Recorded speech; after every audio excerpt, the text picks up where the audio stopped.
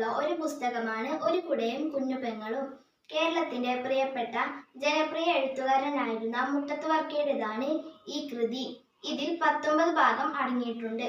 ഇതിലെ മുഖ്യ കഥാപാത്രങ്ങൾ ബേബിയും ലില്ലിയും ഗ്രേസിയുമാണ്.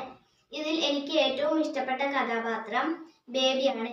കാരണം ബേബി എന്ന കഥാപാത്രത്തിലൂടെ സ്വന്തം അനിയത്തിയോടുള്ള സ്നേഹം എത്രയാണെന്ന് നമുക്ക് മനസ്സിലാക്കാം.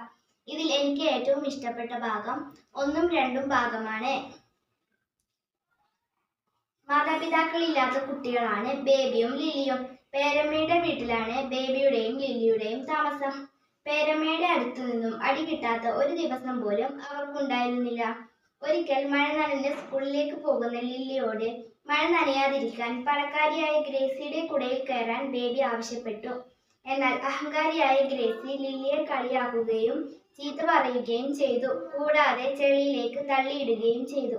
തന്റെ പെങ്ങളെ കുടയിൽ കയറ്റാതിരുന്ന ഗ്രേസിയുടെ നെറ്റിയിൽ കല്ലെറിഞ്ഞുകൊണ്ട് ബേബി തന്റെ അമർഷം പ്രകടമാക്കുന്നു. എന്നാൽ പോലീസ് പിടിക്കുമെന്ന് ഭയന്ന് 11 വയസ്സുകാരനായ ബേബി ഒരു കുഞ്ഞു കുട കൊണ്ടുവരാമെന്ന് പറഞ്ഞ് നാടുവിടുന്നു. ഒരു കുട വാങ്ങാൻ ജോലി ചെയ്ത് കാശുണ്ടാക്കാൻ ശ്രമിക്കുന്നു. ഈ 2 ഭാഗത്തിലൂടെ ബേബിക്ക് ലില്ലിയോടുള്ള സ്നേഹം നമുക്ക് മനസ്സിലാക്കാം. സ്നേഹബന്ധങ്ങളുടെ ആഴം വാക്കുകളിലൂടെ ലളിതമാക്കിയ ഈ പുസ്തകത്തിലൂടെ ബേബിയും ലില്ലിയും വായനക്കാരുടെ മനസ്സിൽ എന്നും ജീവിക്കുമെന്ന് ഉറപ്പാണ്.